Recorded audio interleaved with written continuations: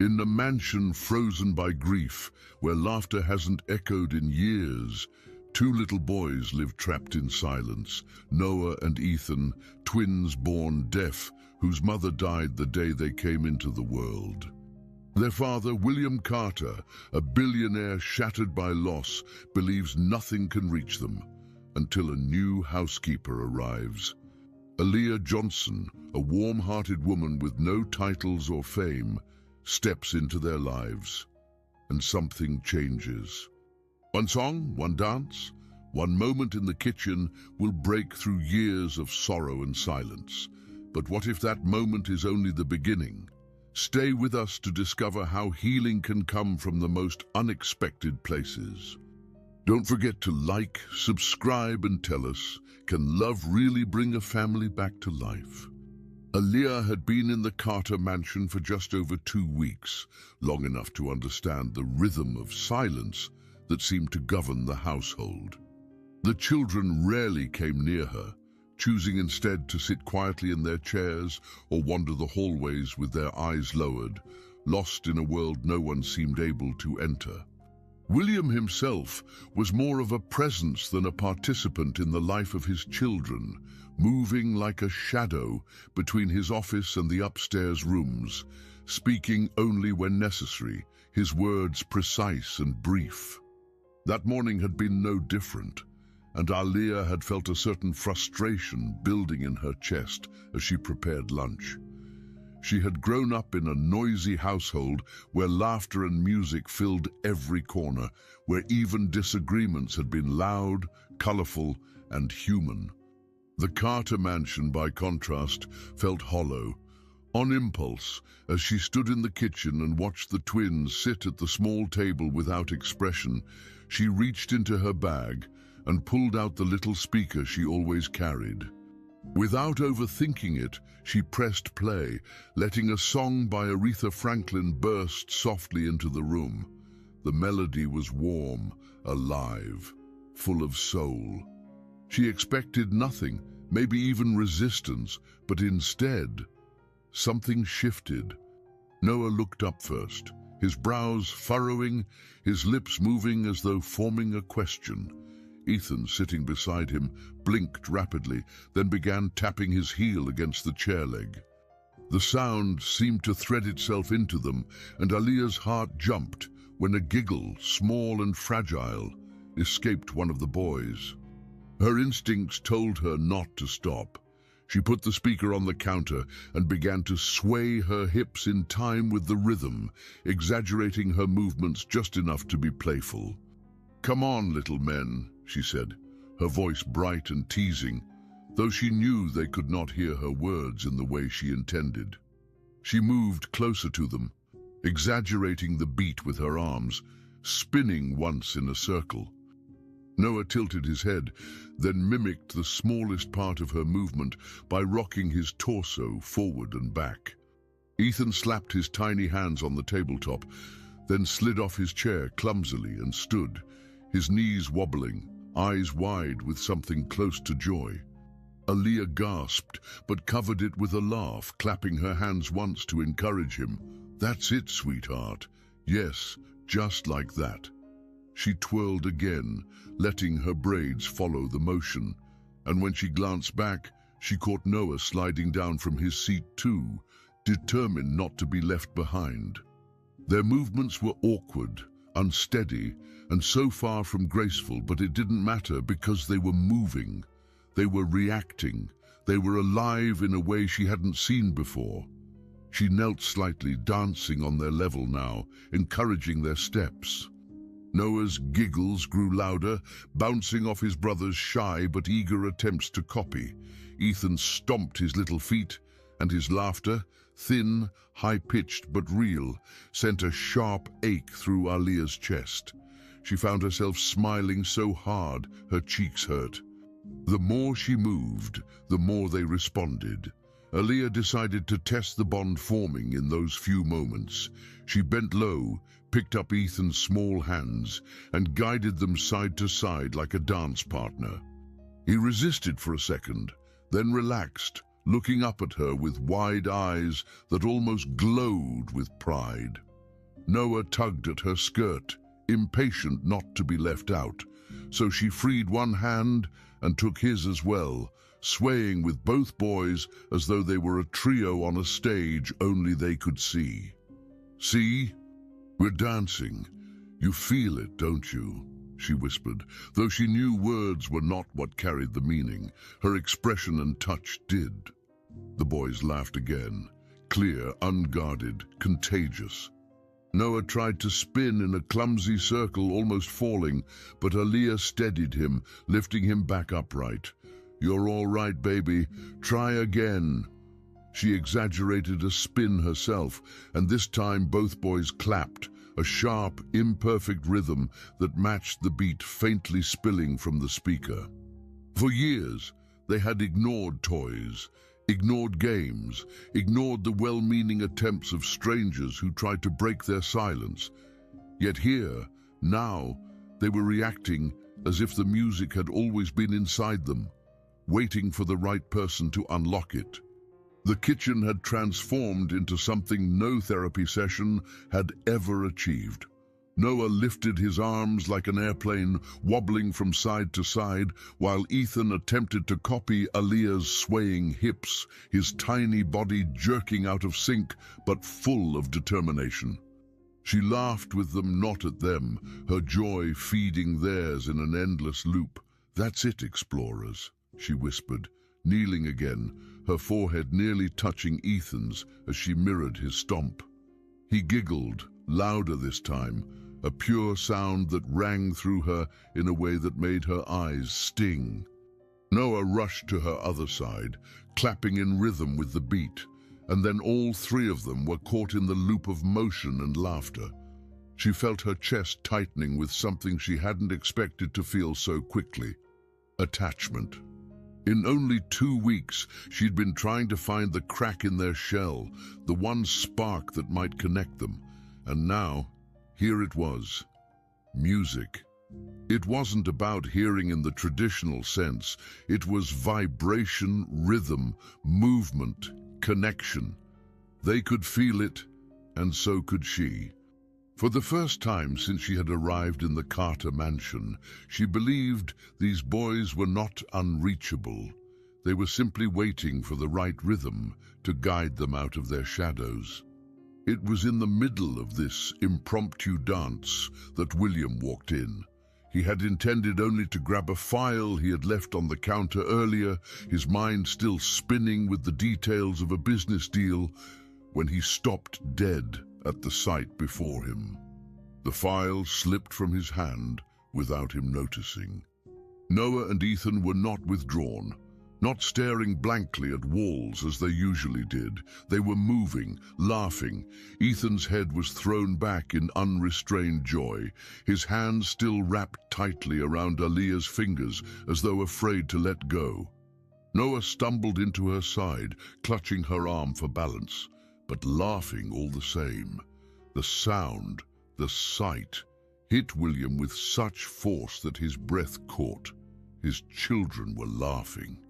His sons, who had spent 3 years locked in silence, were dancing clumsily in the middle of his kitchen, their tiny feet stomping in time to a song he hadn't heard since his wife was alive.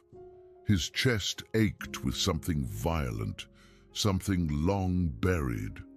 Hope. He wanted to move, to step into the room, to demand how this was happening, but his feet refused. All he could do was stand there, rooted in shock, watching the impossible unfold.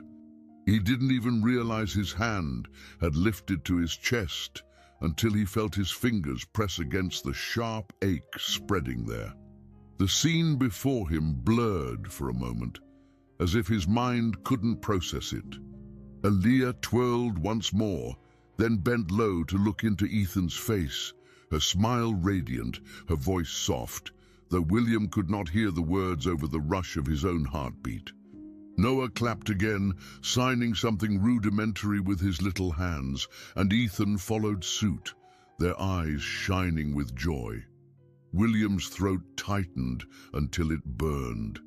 He hadn't seen them like this, hadn't believed they could ever look like this. For the first time in years, there was life in their eyes, unfiltered, raw and overwhelming, and at the center of it all was Aaliyah, the woman he had barely noticed beyond her duties, now drawing out of his children something that no doctor, no therapist, no specialist had been able to. He felt dizzy with the realization that the silence which had smothered his house had been broken, not by him, but by her. Standing in the doorway, he could do nothing but stare, his chest heavy with shock, grief, and the flicker of a dangerous, long-forgotten hope. The next morning, William woke before dawn, his body restless, though he had barely slept. He sat on the edge of his bed, elbows braced on his knees, head bowed as though the sheer weight of memory pressed him downward. No matter how hard he tried to focus on the day's obligations, meetings, contracts, negotiations, one image kept intruding, stubborn and unrelenting. Noah and Ethan laughing, their small feet stumbling to a rhythm only they seemed to understand. He had watched them move as if life had suddenly been poured into their veins. That memory should have filled him with gratitude, but instead it left him shaken. For years, he had been told by specialists, therapists, entire teams of experts that the boys' condition would keep them isolated, their connection to the outside world forever fragile and uncertain. And yet, in a matter of minutes, the household maid had cracked open what they could not. It was exhilarating, yes, but also terrifying, because it meant everything he thought he understood about his sons, about his grief, about the silence that had defined their lives, was no longer solid ground. His chest tightened as though resisting the possibility. He paced his room, replaying the scene over and over, searching for something that would allow him to dismiss it as coincidence, but it wouldn't leave him. It had lodged itself inside him, stubborn as a splinter. He found Aaliyah in the kitchen, humming softly as she prepared breakfast. Noah and Ethan sat at the small table, their hands busy with toys they usually ignored, but today they tapped the blocks against the wood in something resembling a rhythm. William's throat closed at the sight, but instead of acknowledging it, he latched onto the surge of control that always kept him steady. "Miss Johnson," he said sharply, his voice slicing through the room. She glanced up, her face calm, but her eyes sharpened with awareness. "What exactly do you think you're doing with my children?" His tone carried accusation, as though she had broken an unspoken law. Aaliyah set down the knife she'd been holding, wiped her hands deliberately on a cloth, and faced him fully. "I was giving them joy," she replied simply. "They deserve that." William's brows drew together, his jaw tightening. "They don't need tricks. They need structure, therapy, schedules. What you did yesterday, it wasn't treatment. It was reckless." His words landed like a verdict, but Aaliyah didn't flinch. She leaned one hand against the counter, steady as stone, and met his glare without hesitation. "With respect, Mr. Carter, joy isn't reckless. It's the only thing they've been starved of." Her words struck like a blow because deep inside, he knew she was right, though he refused to show it. The silence that followed stretched thin, crackling with the tension of unspoken truths. William tried to speak again, to reassert his authority, but the memory of his son's laughing rose unbidden, robbing him of certainty. "You're overstepping," he finally managed, though his voice lacked the steel it usually carried. Aaliyah, noticing the hesitation, softened her tone, but not her stance. "I'm not trying to replace the doctors. I'm not even pretending I have their knowledge. But what I can do is see your sons as more than a diagnosis. They are children, Mr. Carter, children who crave connection. Yesterday they let me in. That means something, whether you want to admit it or not. William swallowed hard, his hands clenching at his sides. He was unaccustomed to defiance, especially from someone in her position, yet her words pierced deeper than he cared to admit. He wanted to dismiss her as naive, but the image of Ethan's small hand clutching hers refused to release him. It was a battlefield inside his chest, pride against longing, grief against possibility. He drew in a breath, trying to steady himself, but it came out ragged, betraying the war he couldn't control. Later that morning, William attempted to bury himself in work. He locked himself in his office, papers spread across his desk, numbers and figures demanding attention. Yet every time he picked up his pen, it hovered above the page uselessly, his thoughts dragging him back to the kitchen. He saw Ethan's head tilted back in laughter, Noah's tiny claps, Aaliyah's radiant smile as she guided them, his chest constricted with a mix of admiration and resentment. He hated the vulnerability creeping in, hated the thought that someone else could achieve in one moment what he, with all his wealth and resources, had failed to do for years. And beneath that resentment was the raw, terrifying truth. He wanted more. He wanted to see them laugh again, to hear those giggles that had shaken the walls of silence. But allowing that meant opening a door he had kept locked since the day Emily died. It meant risking the possibility of hope, and hope was dangerous, cruel, because if it broke, it would destroy him completely. He rubbed his eyes, frustrated, the pen clattering from his hand as he leaned back in his chair, lost in thoughts he could not silence. When he emerged from his office hours later, the house was quiet, but not in the way it used to be. The silence now carried an undercurrent of expectancy, as though the memory of laughter still lingered. He found himself drawn toward the living room, where Aaliyah sat on the floor with Noah and Ethan beside her. They were stacking blocks, something simple. But what caught William's attention was the way Noah reached out unprompted, tugging gently at Aaliyah's sleeve to draw her gaze. She responded instantly, smiling as she adjusted the tower they were building, guiding his little hand to place the next block. Ethan leaned against her shoulder, watching intently. His small body relaxed in a way William rarely saw. The sight rooted him to the spot. His sons, who often avoided contact, were leaning into her as if she were a fixture of safety. A pang of something sharp and foreign pierced him. Jealousy, perhaps, or shame that it wasn't him they sought out. He turned away quickly, swallowing the lump in his throat, but the image remained etched into him, undeniable proof of something changing beneath his roof. Yet when he sees Noah tug at her sleeve later, seeking her presence, he realizes his fortress of grief has a crack. The woman he hired to keep the house clean may be stirring something far deeper, life. As days passed, the quiet routines of the Carter mansion began to shift, though not in ways William could have predicted. Aaliyah seemed to make every ordinary task into a stage for something more.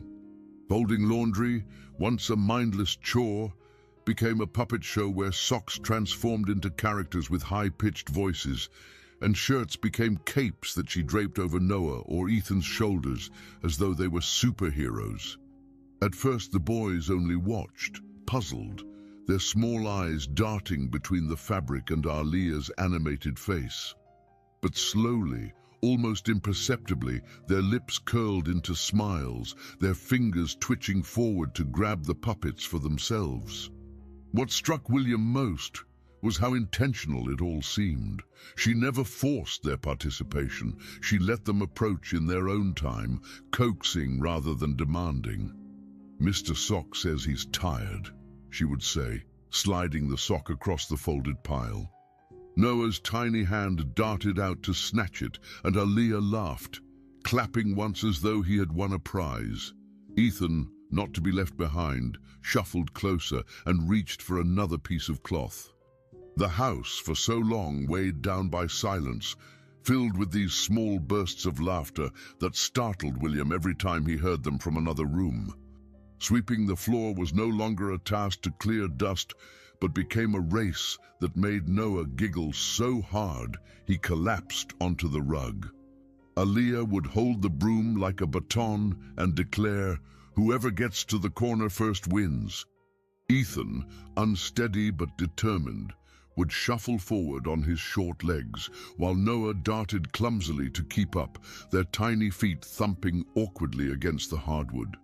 William once stood at the doorway, arms folded, trying to convince himself that this was chaos, unnecessary disorder in a house that thrived on structure. But as he watched his sons, flushed with effort, signing hurried motions at Aaliyah to continue, his stern expression faltered. Their laughter carried a rhythm that tugged at something in him he couldn't name. Emily had once teased him for being too serious, for never allowing life to get messy. Now, seeing his sons collapse in laughter on the floor, clutching at Aaliyah's legs while she pretended to have lost the race, he realized how starved the house had been for messiness, for life itself. Even washing dishes, which William had never bothered to imagine as more than a necessity, became a spectacle. Aaliyah filled the sink with suds, blowing into them until bubbles floated into the air like shimmering balloons. Ethan let out a small sound, half squeak, half attempt at a word, as he pointed upward, his eyes wide with delight. Noah reached for one, clapping his hands together to pop it, then laughed so hard he nearly toppled over. "Catch it! Catch it!" Aaliyah encouraged, her voice alive with energy as she dipped her hand back into the suds to release another stream of bubbles. William, standing in the hallway just beyond their line of sight, pressed a hand against the doorframe, his jaw tense. Pride swelled in him like a tide, pride in his sons for breaking their own silence, pride in Aaliyah for coaxing them into this joy. But alongside that pride came the sharp edge of guilt. Emily should have been the one standing there, creating these moments.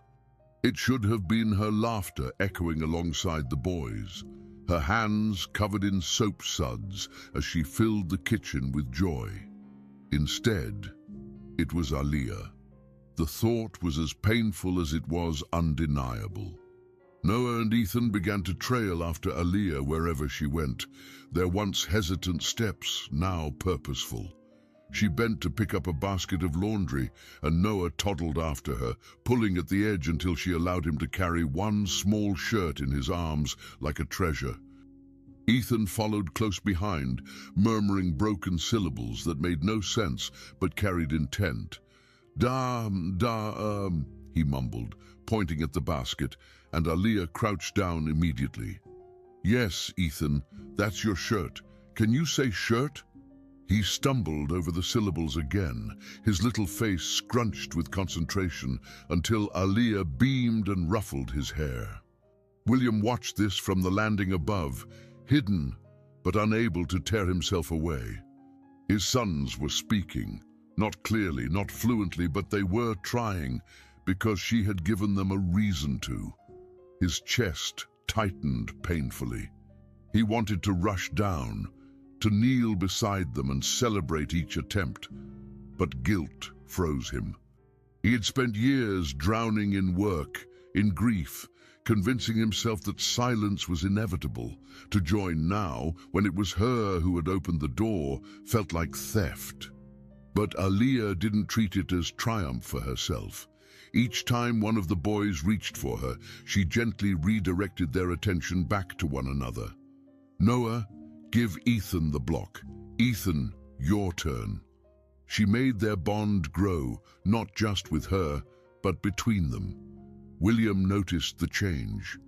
The twins, once locked inside themselves even from each other, now began to share. A block passed from one small hand to the other, a giggle answered by another giggle, clumsy words bouncing back and forth. William leaned against the wall, his chest a battlefield. Pride in their progress warred with the haunting whisper that this should not be happening now, not like this. He could hear Emily's voice in his memory, laughing in their old apartment before wealth had hardened him, teasing that their children would be loud and unstoppable. She would never see this, never hear their first clumsy attempts at words.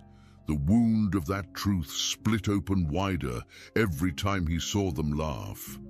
What should have been pure joy carried thorns of pain he couldn't escape. William observed from a distance, conflicted, pride swelling, but guilt whispering that Emily should be the one to see this, not him. The echoes of his son's laughter awakened wounds he thought buried forever. Late one evening, after the boys had gone to bed and the mansion had fallen into its usual hush, Aaliyah lingered in the living room. She was tidying up toys the twins had left scattered across the carpet, smiling to herself at the thought that they had finally grown confident enough to play so messily. As she reached for a ball that had rolled beneath the sideboard, her eyes caught a glimpse of something tucked high on one of the upper shelves. Curious, she climbed on her toes, stretching her arm, and pulled down a silver frame, its edges dulled by dust.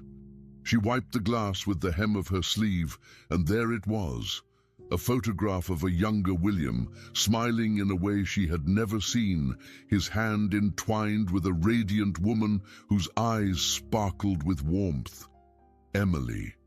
Even though she had never met her, Aaliyah felt she already knew her through the silence that lingered in the mansion and the heaviness in William's gaze. For a long moment, she simply studied the photo, touched by the tenderness captured within it. Quietly, she returned to her task, but before placing the frame back where it had been hidden, she chose a lower shelf, one within sight of the twins. Something told her that they deserved to know this face, to see the love that had existed before them, to understand that their mother was not just an absence, but once a presence, alive and smiling. The next morning, the change was immediate. Noah, wandering curiously through the living room, stopped suddenly before the photo, his head tilted as though he were trying to place the familiar curve of the woman's face. Aaliyah, sitting nearby, watched without interfering, giving him space to process.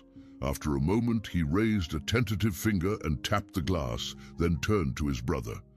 Ethan toddled closer, squinting at the image, and the two of them stood there in silence, small shoulders brushing.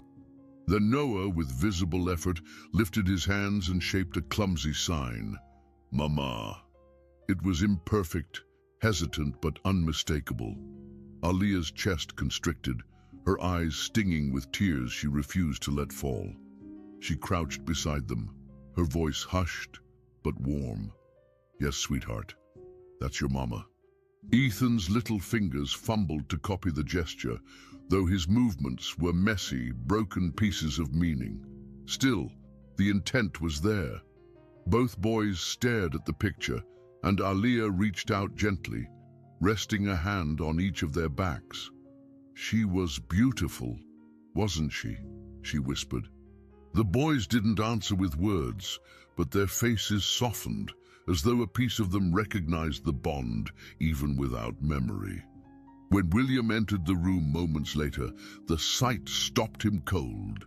His sons stood facing the photograph he had hidden away, their small hands raised in the unsteady shape of a word he had never taught them. For a heartbeat, his lungs refused to draw air. He had buried Emily's memory so deeply, convinced that silence was the only way to protect his children from sorrow. Seeing her face out in the open, and worse, seeing his sons reach for it, felt like a wound reopening. What are you doing? His voice came out rougher than he intended, carrying accusation rather than the pain that twisted inside him. Aaliyah turned, her expression calm, though her eyes reflected understanding. "They found her picture," she said softly. They knew before I said a word." William's hands curled into fists at his sides, anger rising not at her, but at the helplessness coursing through him.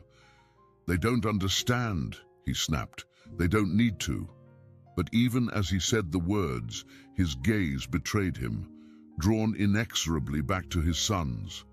Noah turned at the sound of his father's voice, lifted his hands again, and repeated the sign, "Mama." The word he had feared to speak aloud had taken form in their tiny hands, and it shattered him.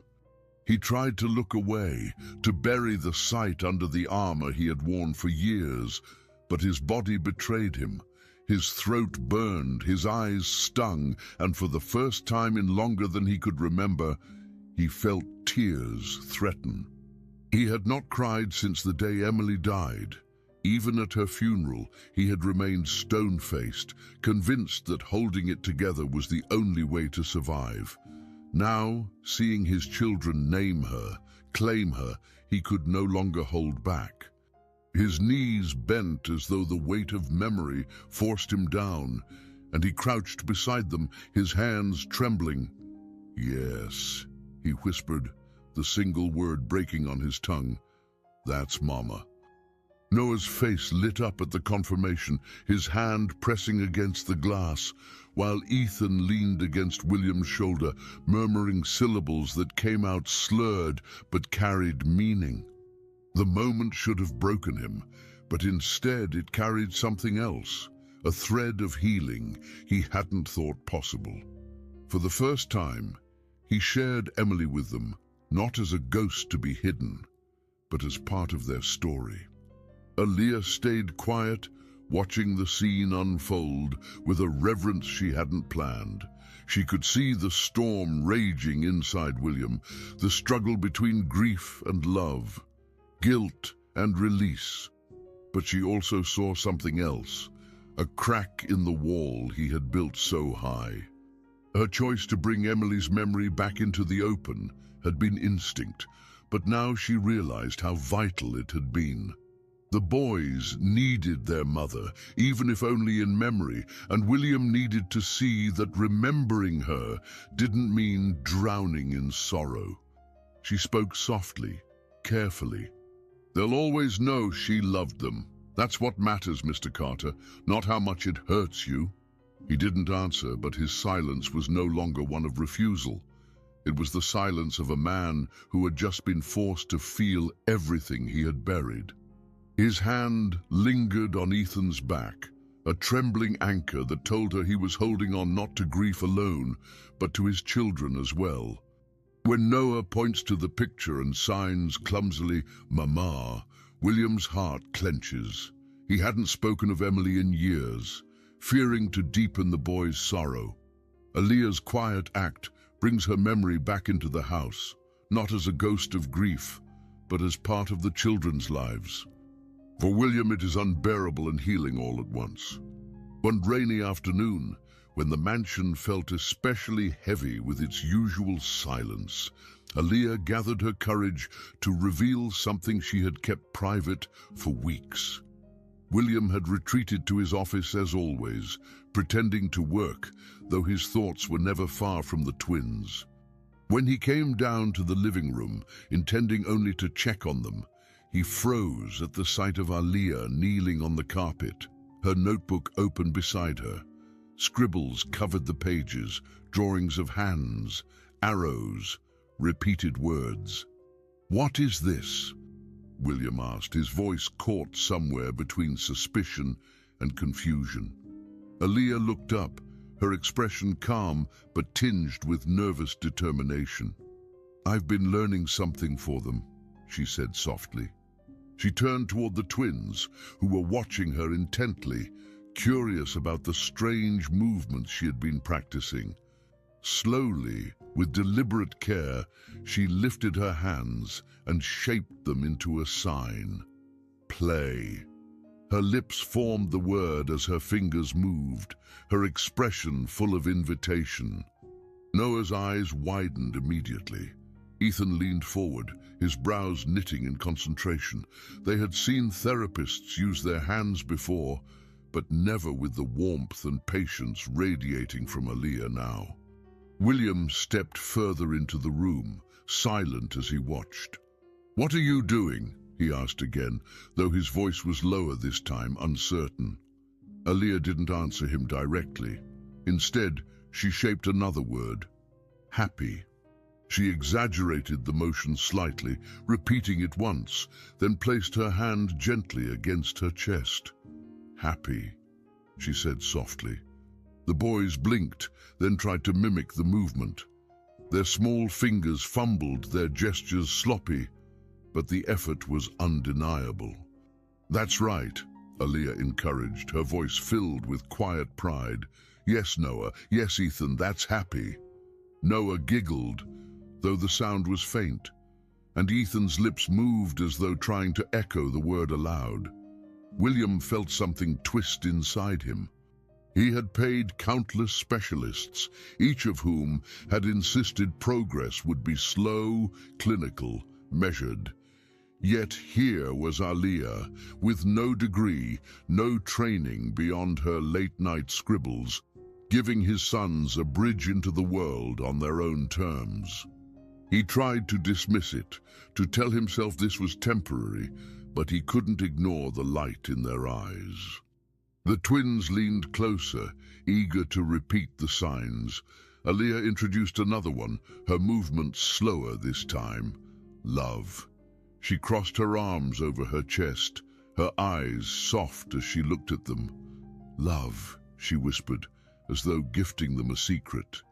Ethan copied first, clumsily pressing his arms against his chest, his face breaking into a small smile when she nodded in approval. Noah hesitated, biting his lip, before he too attempted the gesture. His fingers tangled, his arms awkward, but when he managed it, he let out a tiny laugh. "That's beautiful," Aaliyah said, her voice trembling with emotion. She glanced briefly at William then, and their eyes met.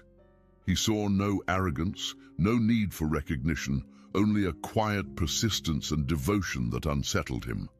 She had stayed up night after night, memorizing lines and sketches, not because she had to, but because she wanted to. She had given his children something he never had the courage to. The realization hit him like a blow. He had been so consumed with protecting them from disappointment that he had never even tried to learn their language. Shame burned in his chest, hot and suffocating. For the first time, William found himself unable to stay back. He walked forward slowly, as though pulled by an invisible force, and sat down on the edge of the rug across from them. The boys noticed immediately, their small faces lighting up at the sight of their father joining.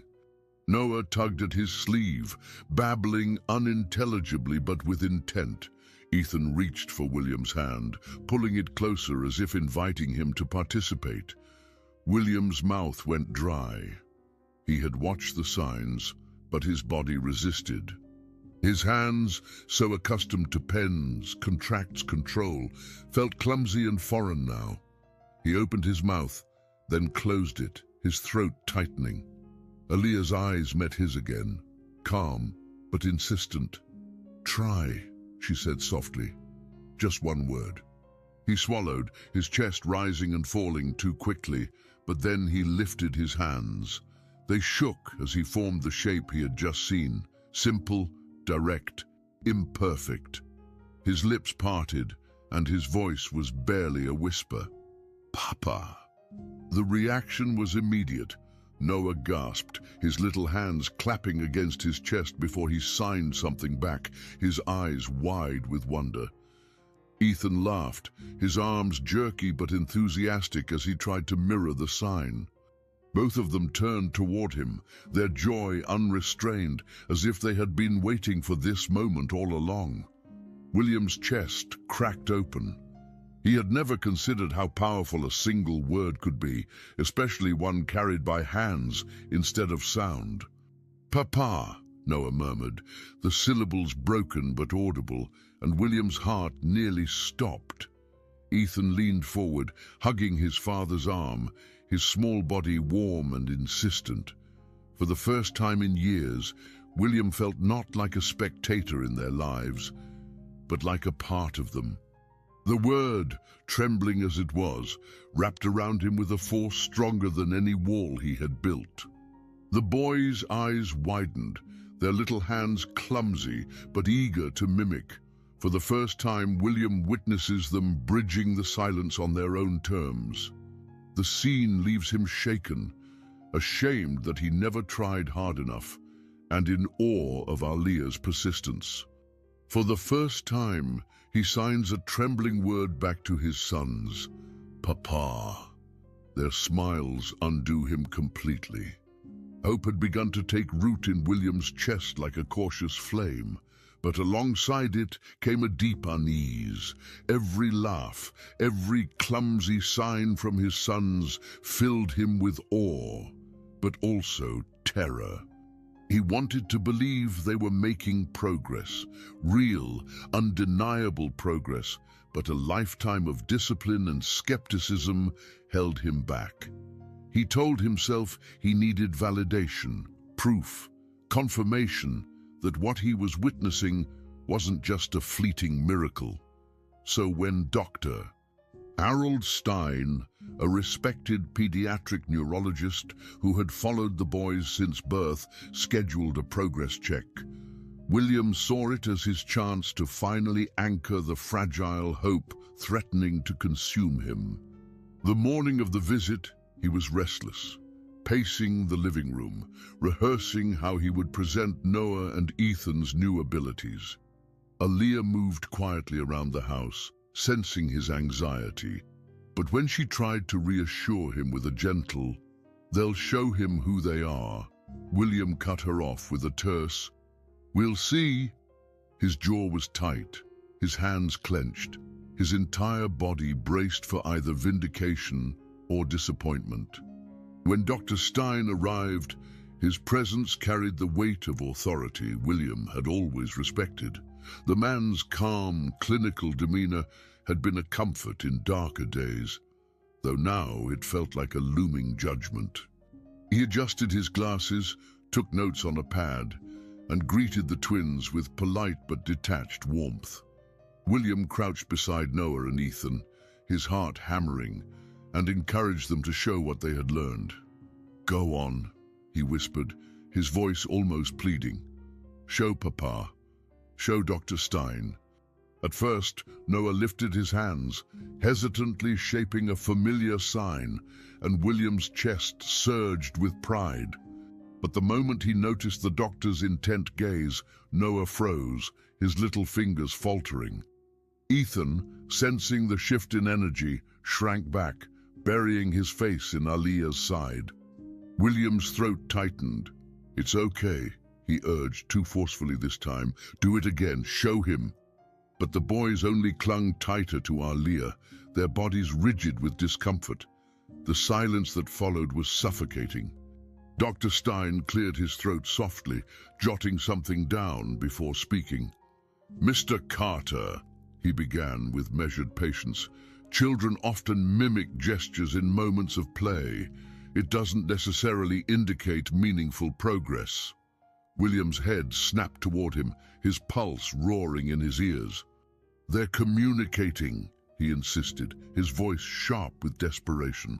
"They're using signs, they're laughing, engaging, things they've never done before." The doctor sighed, his tone careful but firm. "What you're describing is encouraging in a personal sense, but it is anecdotal. We can't equate emotional responses with developmental breakthroughs. I don't want you confusing moments of bonding with measurable improvement. False hope can be damaging, both for you and for them." Each word felt like a hammer striking the fragile structure William had been building.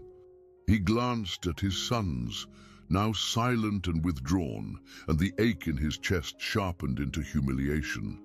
He had paraded them like exhibits, desperate for approval, and under the scrutiny of science, they had folded back into silence. As Dr. Stein continued his notes, William's emotions ignited into a storm he couldn't contain. Humiliation twisted into anger, and that anger, searching for release, turned toward the one person who had made him believe in hope in the first place. "This is your doing," he snapped suddenly, his voice cutting through the air like a blade. Aaliyah, who had been holding Ethan close, looked up in shock. "Mine?" she asked, her voice steady but her eyes wide. William stood abruptly, his hands trembling with rage he didn't know how to direct. "You've filled their heads with illusions, parlor tricks. You make them laugh, you get them to mimic you, and suddenly you convince me they're changing. But when it matters, when it counts, they collapse back into silence. Do you realize what you've done? You've given me false hope." The venom in his tone was as much self-loathing as it was accusation, but Aaliyah bore the brunt of it all, her face tightening in hurt. For a long moment, the room was frozen, the twins clinging to her as though sensing the storm. Aaliyah rose slowly, her hands gentle as she reassured the boys, then turned her gaze to William. Her voice, when she spoke, was calm, but carried the weight of conviction. "Hope is not an illusion," she said firmly. "It's the only thing that's kept them alive in here." She tapped her chest softly, then gestured toward the twins. "You think reports and charts will raise them? You think statistics will teach them to trust, to laugh, to look you in the eye? No, William. What they need is someone who believes in them. What they need is faith." Her words struck deeper than any medical assessment ever could, but William's pride wouldn't let him yield. His jaw tightened, his silence turning the space between them into a chasm. Aaliyah shook her head slowly, her eyes dimmed by the pain of his rejection. She gathered the boys closer, her body shielding them, and the message was clear. If he would not believe, then she would carry that burden alone. The rest of the day passed in a haze of cold distance. William retreated to his office, drowning himself in papers he couldn't read, his mind replaying the confrontation in a loop of shame and anger. He told himself he had only spoken the truth, that illusions would destroy them all. But deep inside, he knew he had lashed out because the truth terrified him. Aaliyah, for her part, moved through the mansion with a quietness that was heavier than silence itself. She still cared for the boys with patience and love, but her laughter was gone, replaced with measured words and restrained gestures. Noah and Ethan noticed the shift, clinging to her more tightly, their eyes searching for reassurance that the bond they had begun to build had not been shattered completely. By nightfall, the house felt colder than it had in years, the warmth of the past weeks extinguished by anger and pride. Humiliated, William lashes out at Aaliyah, accusing her of giving them illusions. Aaliyah, hurt, reminds him that the boys need faith, not just reports. The confrontation leaves the mansion colder than ever, the fragile trust between them fractured. Days of tension stretched across the mansion like a veil, smothering every fragile spark that had been lit in the weeks before. William and Aaliyah barely exchanged words beyond the necessary, their silences sharp with the memory of their confrontation. He buried himself in his work, lingering in his office even longer than usual, though his thoughts rarely stayed on the documents in front of him. Aaliyah, meanwhile, moved quietly through the halls, her laughter gone, her voice measured, as though every sound she made might fracture the fragile balance even further. The twins felt it most keenly. Noah and Ethan clung to her with more insistence, their little eyes darting to their father whenever he entered the room, sensing the distance they could not name. They still played, but their giggles were softer, rarer, as if afraid to disturb the cold air pressing against them. William hated himself for it, but pride and shame kept him from undoing the damage. Each evening, when the house finally settled into quiet, he replayed his words to Aaliyah, accusations thrown in a moment of humiliation, and wondered how he had allowed himself to wound not only her, but the boys who had trusted her so deeply. It was on a Thursday evening that everything shifted again. Dinner had ended, and Aaliyah was clearing dishes with the twins sitting idly nearby. Noah spotted her bag on the chair, half open, with the small portable speaker peeking out from the top. His eyes lit with recognition. Without hesitation, he slid off his chair, toddled over and pulled it free. Ethan followed, watching his brother curiously, until Noah, with exaggerated care, set the speaker down on the kitchen floor as though he were unveiling a treasure. He pressed the familiar button and music spilled out, clumsy, a little distorted, but enough. Ethan's face broke into a grin, and before Aaliyah could react, both boys began stomping their feet in time with the rhythm, their movements awkward but filled with unmistakable intent. They turned their little heads toward her expectantly, eyes wide, bodies bouncing in an invitation she could not ignore. For a moment she hesitated, her chest tight with the memory of William's accusations, the sting of his words still fresh. But Noah's hands reached for her, his fingers clapping the rhythm, and Ethan echoed him with a high-pitched laugh. The hesitation melted. With a deep breath, Aaliyah let herself step into the circle the boys had created. She bent low, her hands sweeping theatrically as she spun once, then stomped her own feet to match theirs. Their laughter came instantly, bubbling up like a spring that had been waiting for release. Noah squealed with joy, bouncing harder, while Ethan mimicked her exaggerated motions, his tiny arms flailing as he tried to copy her spin. "That's it, baby," she laughed, though her voice trembled with the relief of feeling them alive again. She crouched lower, meeting their eyes, exaggerating every move to feed their energy, and soon they were all three stomping together, the music vibrating through the floor beneath them. The fracture that had divided the household seemed to soften in those moments, as if the sound itself had the power to knit the pieces back together. Aaliyah found herself smiling so hard, her cheeks ached, her heart bursting with gratitude that the boys had chosen her again, even after the days of silence. William had been in his office upstairs, telling himself he would not interfere, that he would let the evening pass like all the others. But then he heard it. Faint laughter, clapping, the unmistakable sound of life spilling back into the house. Against his better judgment, his body moved before his mind could stop him. He descended the stairs slowly, each step tightening the knot in his chest, until he reached the kitchen doorway. The sight before him stole his breath.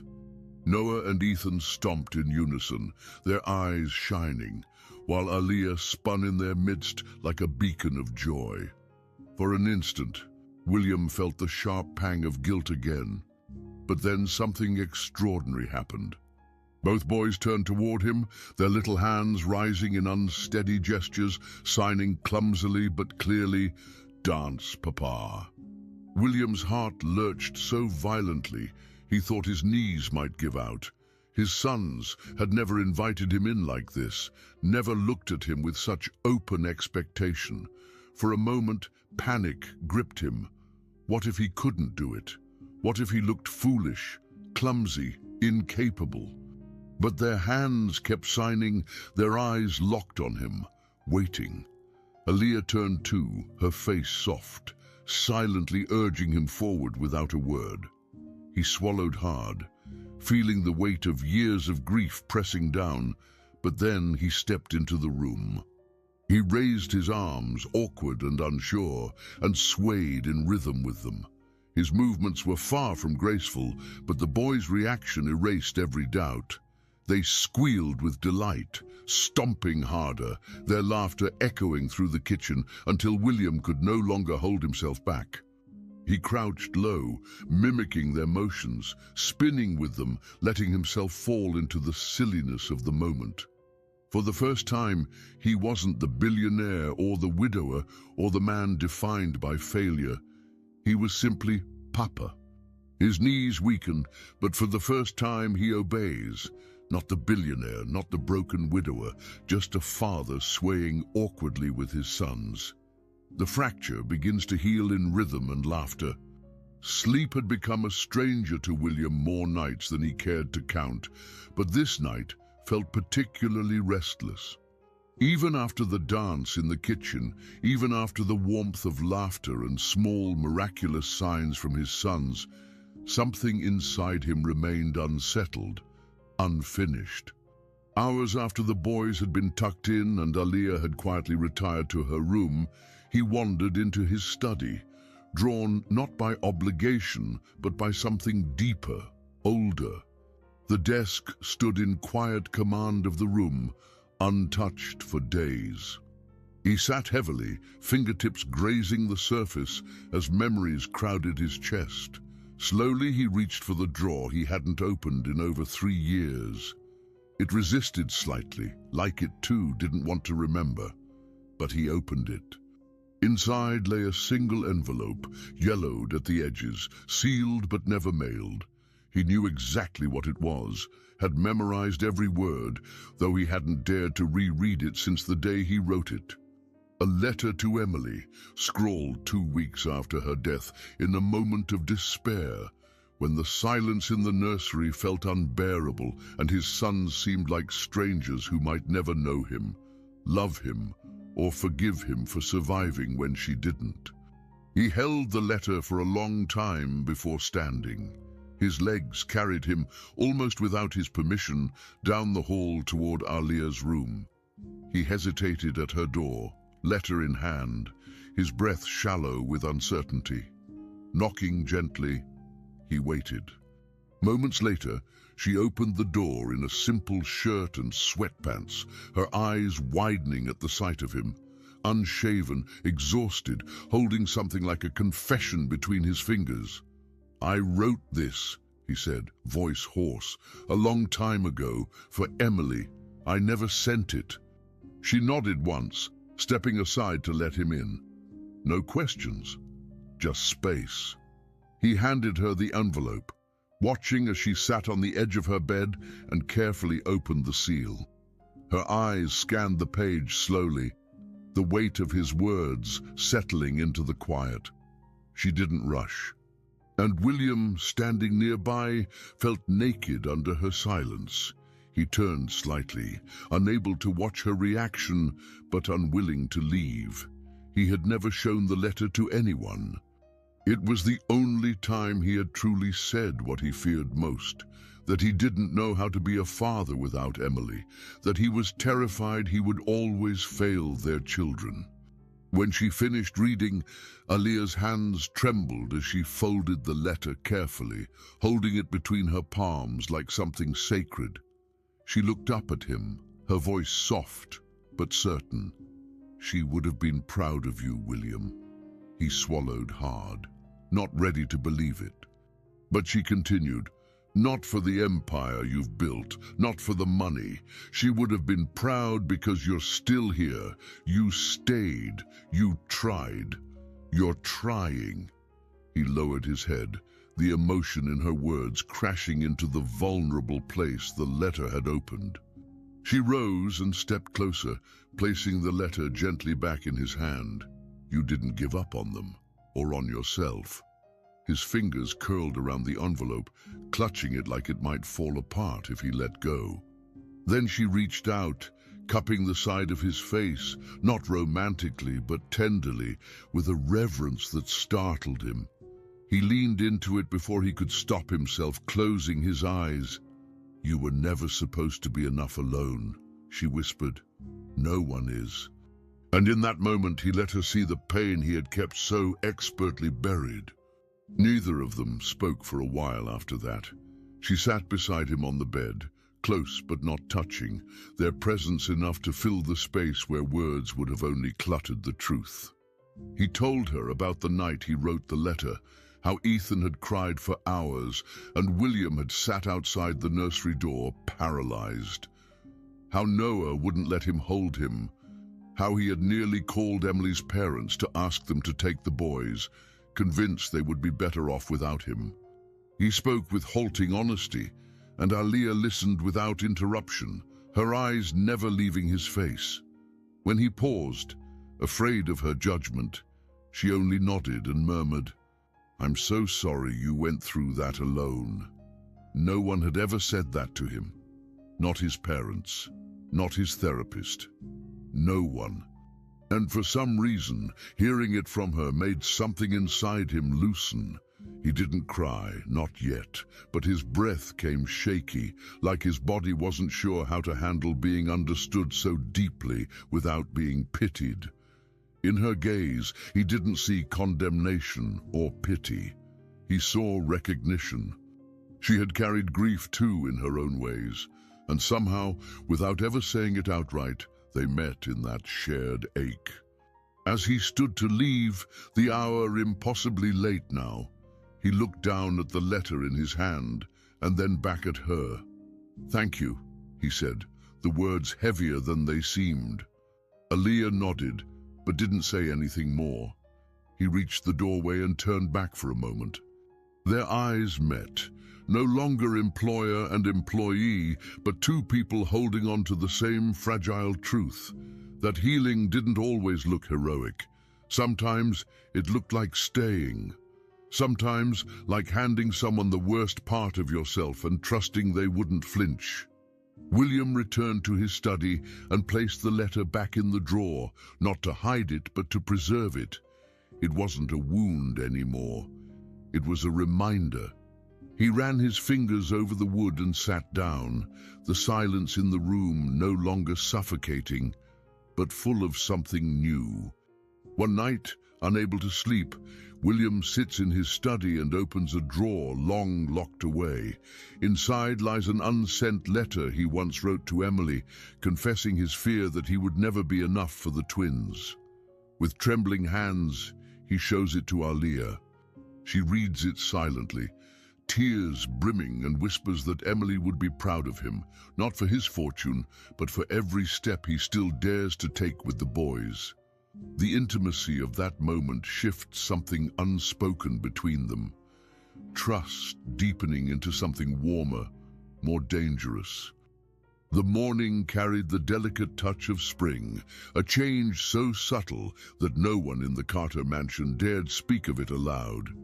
It had been a long winter, emotionally, physically, spiritually. The mansion had endured 1,000 days of silence, broken only in pieces these last few weeks, and now something about the air felt different. Aaliyah had planned the garden activity with care, laying out a gentle path of vibrant ribbons across the yard, anchoring them to sticks pushed into the softening soil. Each ribbon was a different color, bright reds, yellows, blues, greens, like a trail of wonder, inviting small feet to follow. She had explained it to the boys in the clearest signs she knew. Walk to the colors, one step, then another. Noah and Ethan looked at her uncertainly, hands twitching as if trying to shape the words back, but they understood enough. It wasn't about rules. It wasn't about therapy. It was play. That morning, play was enough. Ethan was the first to step forward, teetering slightly, arms flailing for balance. Noah followed close behind, more cautious, glancing over his shoulder at Aaliyah, who offered only a quiet smile and a thumbs up. They moved slowly, unsure of their own bodies, but each step felt like a thunderclap to William, who stood back watching with wide eyes. He hadn't been told Aaliyah planned this. She often didn't announce her ideas anymore. Instead, she trusted the boys and trusted herself. And now, as he stood on the porch, one hand gripping the railing so tightly his knuckles whitened.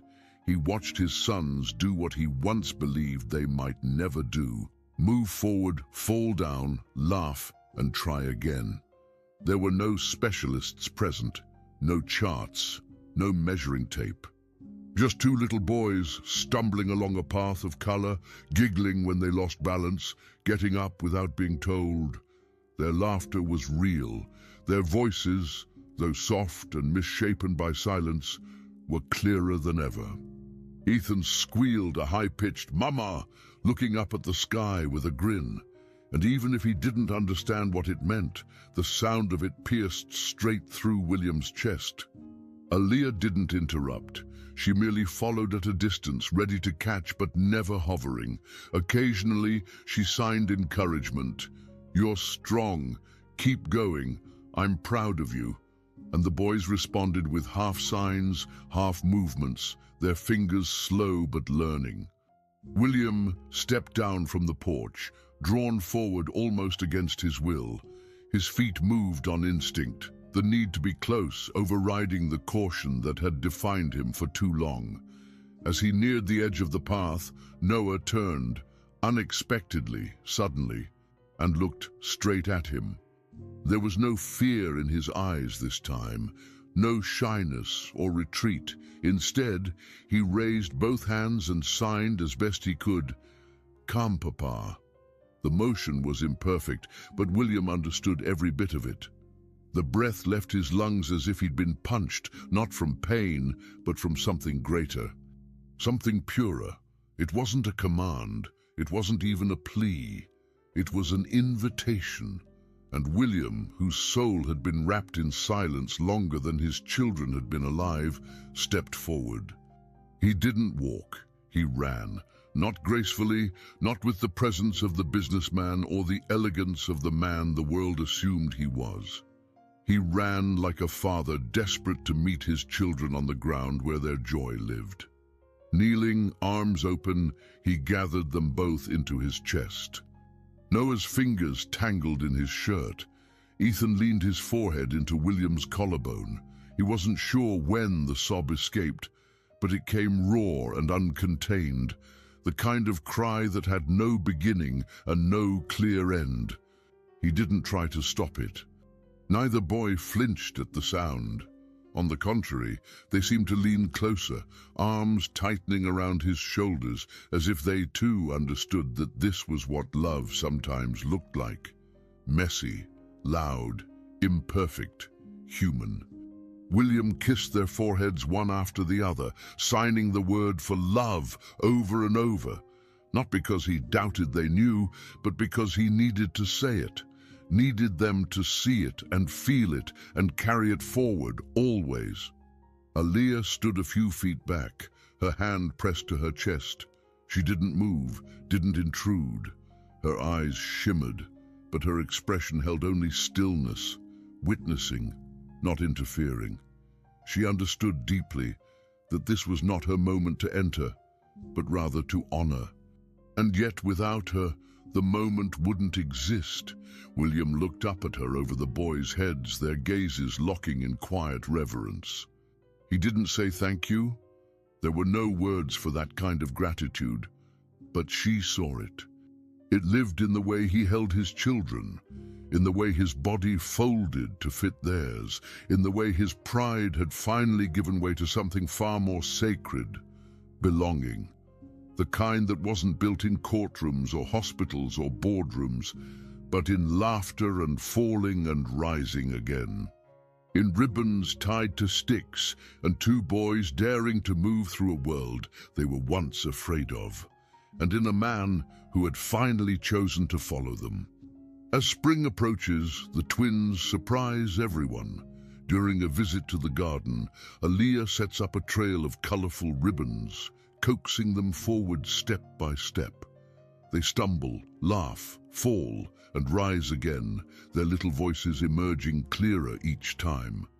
William watches, his heart in his throat, when Noah suddenly turns and signs, "Come, Papa." This time, William doesn't hesitate. He runs, kneels, and gathers both boys into his arms, sobbing freely as Aaliyah looks on. For the first time, father and sons share not only silence, but a promise of steps into the future together. Months had passed, but the change within the Carter mansion felt like a complete rebirth. The house that once stood frozen in grief now pulsed with movement and energy, a rhythm that could be felt in every step taken across its floors. The once meticulously arranged halls were now joyfully chaotic. Tiny socks left behind on staircases, dolls tucked between couch cushions, and plastic trucks lined up like soldiers along the windowsill. Where silence had reigned, now came laughter, imperfect, broken in places, but unmistakably real.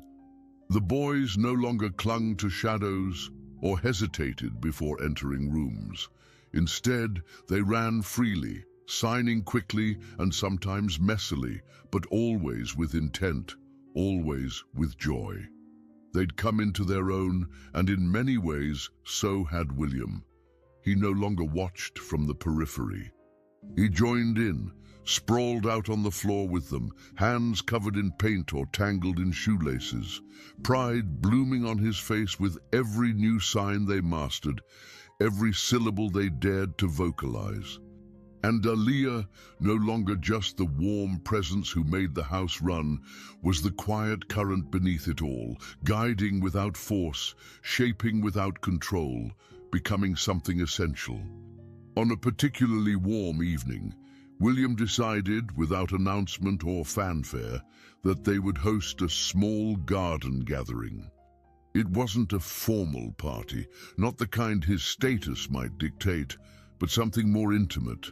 A few close friends, neighbors who had come to know the boys through their walks or playground visits, and some of the therapists who had seen the miracle unfold. Aaliyah had baked with the boys earlier in the day. Muffins slightly lopsided, cookies with fingerprints pressed into their centers, and they had placed everything proudly on a low table in the yard. Noah wore a hat too big for his head. Ethan had insisted on a cape. The two darted across the grass with fearless energy, stopping every so often to sign excitedly to guests, their gestures still childlike but confident. There were gasps of delight, warm applause, and even a few tears as people witnessed firsthand what could never be captured in a report or video, the transformation of children, not through medicine alone, but through connection. William, ever watchful but no longer afraid, stood near the edge of the lawn, holding 2 glasses of lemonade and scanning the space for Aaliyah. He found her under a tree, quietly rearranging a tray the wind had nudged off balance. He walked to her, paused just long enough for her to look up, and handed her one of the glasses. She accepted it with a grateful nod, brushing a lock of hair from her forehead, her eyes taking in the scene before them.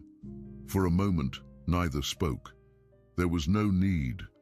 But then William turned to her, the weight of everything he had never said gathering on his tongue, and said with quiet sincerity, "You brought them back to me. You brought me back to them." The words weren't rehearsed. They had been growing inside him for months, ripening with every bedtime story he now read aloud, with every shared breakfast, with every afternoon spent learning new signs. Aaliyah didn't reply right away. She reached out and touched his arm, not for comfort, but to ground them both in the reality of what they had built together. As if on cue, the boys came barreling toward them, dirt on their knees, icing on their cheeks, arms flailing with excitement. Ethan signed something clumsily that made Aaliyah laugh aloud. Noah tugged at William's shirt, his fingers looping around his father's hand and pulling. It wasn't a command, it was an invitation, and in that tug, playful, simple, persistent, they all moved toward the blanket spread beneath the tree. The 4 of them sat close, Aaliyah with one twin nestled against her side, William with the other sprawled across his lap. There was no performance, no moment being crafted for memory. It was just life, beautiful and quiet in its own way, stitched together by ordinary miracles. They passed cookies around, and the boys traded pieces like secrets. William leaned in to whisper something to Aaliyah, and she chuckled, her laughter mixing with the sound of the children's joy. In that small circle under the fading light, the definition of family rewrote itself, not bound by blood alone, but by presence, by the willingness to show up again and again, even in brokenness. William had once believed his mansion stood as a monument to all he'd achieved. Now he understood it was the living that made it sacred. The rooms meant nothing without footsteps. The silence held no power once it was met with a child's giggle or a shared glance that said, "We made it." The wealth he once clung to now seemed irrelevant in the face of what they had built. Not a perfect picture, but a breathing, evolving love. Aaliyah had never demanded space. She had simply filled it when no one else could. And in doing so, she had become something more than he could name. Not a replacement, not a chapter after loss, but an entirely new book. Months later, the Carter mansion is unrecognizable. The halls echo with laughter, toys scatter across the floor, and music never truly stops playing. Aaliyah is no longer just an employee, she is family. On a warm evening, William hosts a small gathering in the garden, where Noah and Ethan run clumsily across the grass, signing words to friends with proud smiles. In a quiet corner, William turns to Aaliyah and says softly, "You brought them back to me. You brought me back to them." The children rush over, tugging their hands together, and in that embrace, the Carter family is reborn. Not in wealth or status, but in the simple, extraordinary miracle of love, trust, and soundless laughter. What part of this story touched your heart the most? We'd truly love to hear from you in the comments. If this video moved you, don't forget to subscribe to our channel and give it a like. It means the world to us. Each story we share here takes days of care, reflection, and love to bring to life, always with you in mind. Your support helps us keep this space alive with more stories that inspire, heal, and connect. Thank you for being here with us, and we hope to see you in the next one.